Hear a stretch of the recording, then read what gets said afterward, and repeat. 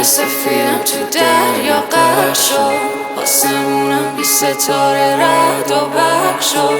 موج موهاش قشنگترین جسر اومد، ولی دوتایی رد کردیم هرچی حد و مرزا. همه جا رو حس کردی منو ترک، ولی هنو حس شده تطور.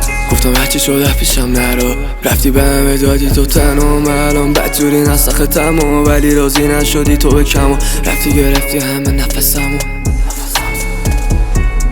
شب و بعد تو برام سرده، چه زوده پیشم رفتی بچه. لبام فقط علکی میخنده بی جنبه. مرورید سفیدم تو دریا غرق شد، آسمونم بی ستاره رد و برق شد. موج موهاش قشنگترین جسر اومد، ولی دوتایی رد کردیم هرچی حد و مرزا.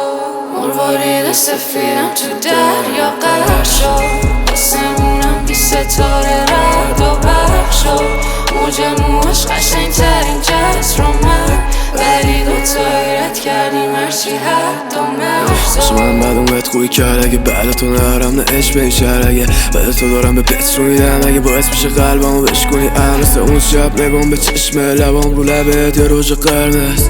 حیفه این همه دوری الان حیفه، نمیاد مثلت بودی فرشته. الان تنهایی تو ته اقیانوس، نبودنت همیشه فوبیا بود. و به تموم واسه توی گلیا بود، چند خسته ایم از همین دوتامون. خراب شدم پلمون، شکستم پلمون، جدا شده دیگه هم دنیامون.